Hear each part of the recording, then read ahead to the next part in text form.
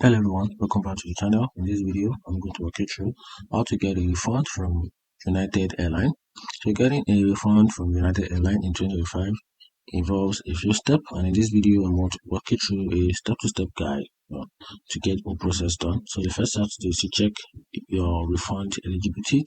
So before requesting or refund, ensure that your ticket or service is eligible.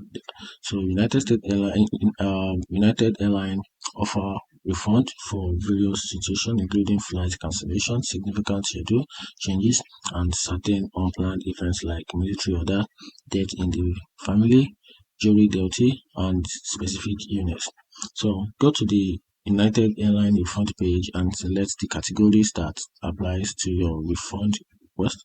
You can request refund for ticket, baggage fee, Wi-Fi, mail, and more.